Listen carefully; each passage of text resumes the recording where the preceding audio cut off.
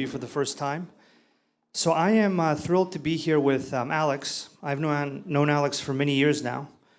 And he has become the CEO now of GLEIF, the Global Legal Entity Identifier Foundation.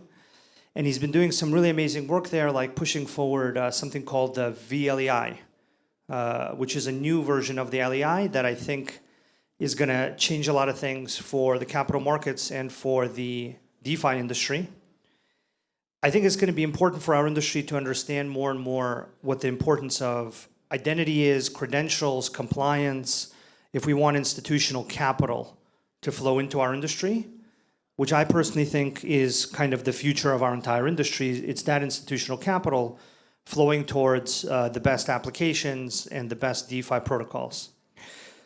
But I'm also really excited to hear Alex's views on this. So Alex, what do you feel are the benefits of institutional capital entering the real-world asset industry? Well, I mean, it was said by the previous speaker, 400 trillion potential into the blockchain industry. That's a lot of money. And the reason why we're talking about such numbers is because the 3 trillion we have in the current DeFi world or blockchain world is only a fraction of what exists in terms of value outside of the system. And really, I think until institutions truly participate to this economy or this new way of exchanging and holding value, this will not scale at the level we in the room wants it to scale. Yeah, I completely agree with that, right? So I think we're at anywhere between 1 to 2% of this total industry size over the next 10, 20 years. And I think we're at less than 10% of, the next few years. And the retail market can definitely bring in another 3, 4, 5 trillion in capital to flow into RWAs and retail DeFi and so on. But if our industry wants to go quote unquote mainstream, from a capital point of view, the mainstream version of capital is in institutions.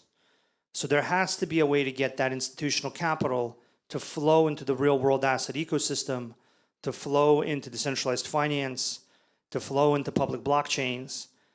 And I think we're well on the way to that happening. But like anything else in our industry, because it's so new, there are a number of unsolved problems, right? Unsolved issues with identity, with compliance, that if they don't get solved, then that capital can't move, because that capital is very closely tied to certain key legal requirements that it has to fulfill. It's not like DeFi capital where it doesn't have to fulfill any requirements. This capital has to fulfill certain key requirements. And one of those key requirements is really identity.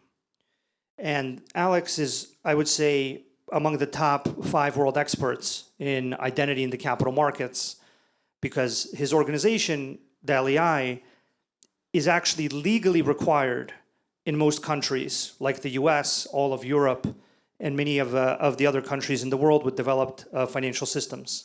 So him and his organization represent an open standard for identity that is not even optional. If you want to conduct any kind of capital markets transaction, it's legally required. And I think it actually came out of the 2008 financial crisis, where nobody could understand who owned what derivatives contract. And so they had to find a way to create identity so that you could actually settle things if there was ever an issue. But regardless of its origins, it's very important for the current system and our ecosystem. But I'd love to hear from you, Alex. What do you feel will be the impact of having verifiable identity and verifiable credentials in the digital asset and RWA ecosystem? So to go back to a little bit to the history of the LEI, so there is a say in Europe, for those who are actively trading in Europe, no LEI, no trade. So that was a requirement after the 2008 crisis, where Lehman Brothers collapsed and nobody had a view on the risk exposure they had to Lehman Brothers, because it was not one legal entity, it was hundreds of legal entities all over the world, all identified at national level with their national identity card, if you wish. There was a need to create a passport for companies. That's what really the legal entity identifier is. It's a passport for financial institutions, but also any legal entity who is active on the financial market. 10 years on, we are now in digital, and as part of MiCA, actually, the regulation in Europe, you need to get an LEI to be a token issuer or to be a VASP. So we're moving towards transporting this identity requirement into the digital space and the blockchain space in particular. And I want to quote someone who everybody's quoting in the industry, maybe without, partially, I would say, which is Larry Fink from BlackRock, the CEO, who said every stock, every bond, every fund, every asset can be tokenized. That was everybody in this room probably retweeted that and put that on their LinkedIn. And they forgot a major second part of his speech, which was, if we're serious about building an efficient and accessible financial system, championing tokenization alone won't suffice. We must solve digital verification too. And that's really what we're talking about here. It's how do you, as an institution, make sure that you remain compliant with regulations and rules by ensuring you know who you're trading with, you know what token you're trading. And that's where identity and verified credentials is essential. You need to be able to, when you trade a token, know that it's a JP Morgan token and not someone pretending to be a JP Morgan token, one. And you need to be able to know that the wallet you're sending token to, as an institution, is a wallet belonging to someone who is an accredited investor, or is an institution, or is allowed to hold that asset that you want to tokenize on blockchain. That's why it's so critically important for institutions to be able to identify who they're dealing with, and therefore identify what risk they're taking in engaging with transactions with those entities they want to trade with, whether it's in centralized system or a decentralized system. That will not change. Yeah, completely agree with you. I think it says a lot when the world's largest asset manager says that they need identity in order to transact in relation to tokenization. I think the facts are really very clear also on the legal requirements for institutional capital to be able to transact when using an identity, right? And that identity is limited to a few set groups, the LEI being, the main legally required group for capital markets and institutions. So I think it's really great work that you folks have done since the 2008 financial crisis, but your recent work on verifiable LEIs, the VLEI, is also very interesting because it's a cryptographically proven version of the LEI that can be made very compatible with blockchains and can very easily prove identity on chain for that institutional capital to flow in. Now, I think that once you have identity, you're already in a good place and you've solved some hurdles. But really, identity is kind of an input into compliance as a group, as a category of activities, right? There are data activities on chain, there are cross-chain activities, there are all kinds of key operations that need to happen. One of these key operations that is not yet fully understood, except by the people working with institutions in the blockchain industry, is compliance. And I'm really happy to say that today we are launching the automated compliance engine from Chainlink in partnership and collaboration with the LEI and Alex as a key input into that system to be able to prove identity in a way that actually solves these compliance issues. So for me, identity is this key component, but it then needs to be put into a system of compliance where the identity can be appended to tokens, to contracts, to contractual conditions, and then utilized in relation to those tokens, contracts, and contractual conditions, in addition to just being there. So my view on compliance is that it's quite critical if we want institutional capital to come in, even if we already have identity, right? You could have the token, you could have the identity, but then you need a system that's going to weave together the identity and the token in a way that complies and allows the token to actually be used and moved. But I'd love to hear your thoughts on this, Alex. How do you view the automation of compliance, our collaboration on this, the role of the VLEI and verifiable credentials in relation to compliance and its effect on digital assets and the RWA industry? So when the VLEI was created, so the Verifiable Legal Entity Identifier, which is an organizational identity and verifiable credential system that is not on-chain, which is in the cloud, the challenge we had was how do we bring this on various systems? So on traditional systems, it's been tested, it works, no problem, but what about blockchain finance or decentralized finance. And there, everybody in the room are very familiar with the challenge of chains, is that there is no one blockchain, there are many different chains. And having worked with you guys when I was, or having talked to you guys when I was at Six Digital Exchange, what I like about Chainlink is the ability to make things portable between chains. Through CCIP, you make digital asset portable across chain.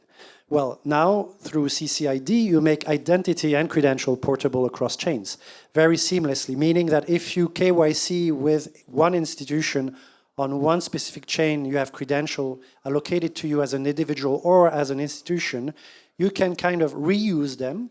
They become portable. You can reuse them with other institutions on other chains very seamlessly. And that's really what is critical to the scaling and the adoption of decentralized finance, let's call it this way very generically, is we need to be able to not only port assets across chain, so that if I am an investor with a primary chain A and my issuer is on primary chain B, I can still invest in that instrument without having to redo all the technical configuration to access that chain. That's one.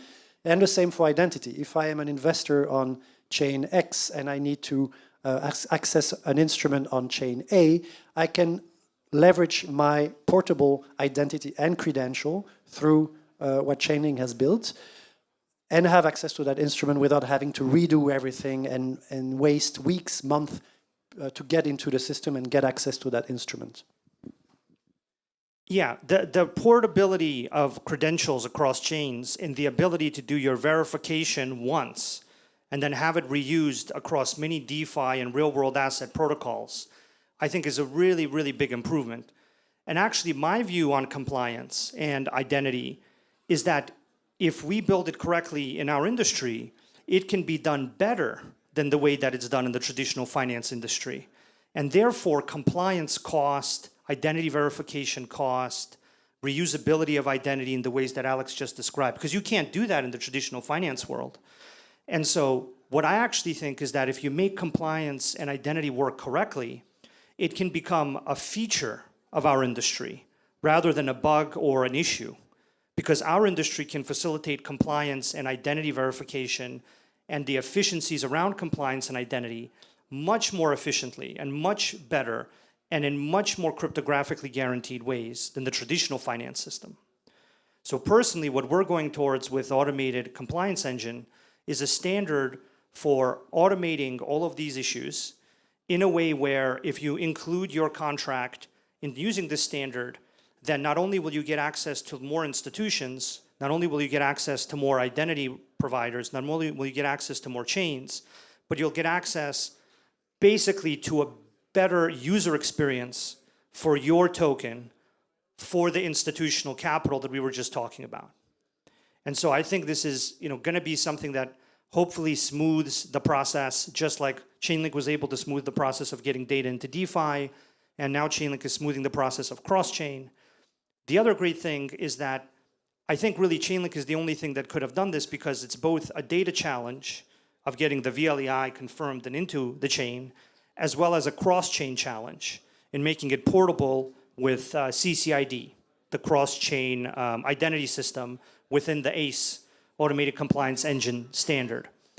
So I think that if you solve this compliance barrier, you can really get our industry not only to having more institutional capital, but that tokenized stuff is actually cheaper and easier for institutions to use because the cost of compliance, the cost of identity verification, the cost of maintaining your compliance is so much lower in our industry versus the traditional world.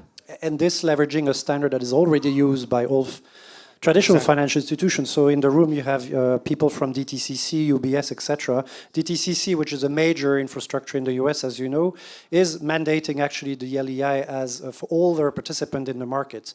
The UBS, of course, as an LEI, they have to use it when they invest in Europe. So it's leveraging an existing standard. Compliance and onboarding officers are familiar with in the traditional financial industry. into bringing that into DeFi and on-chain finance. So, and it's also not only leveraging an existing standard, it's actually bridging the two worlds of traditional finance and new finance with an identifier that is not only supported by regulators, but was created by regulators 10 years ago after the financial crisis. I have two boards. I have a public board and a private board. The public board is 70 regulators from 50 countries who oversee the global LEI system to make sure it remains a public good. You cannot have a better root of trust than a system that is overseen by 70 regulators from 50 countries for institutional finance to get into this space. And that's really what I'm trying to bring in with my team and the support of Chainlink. And thank you for that. Thank you. It's been a fantastic collaboration and very excited to solve compliance for our industry, get all this capital flowing into everyone's RWA protocol, and open up a new exciting chapter for all of us. So thank you very much, Alex, for coming to Cannes and collaborating with us. Thank you.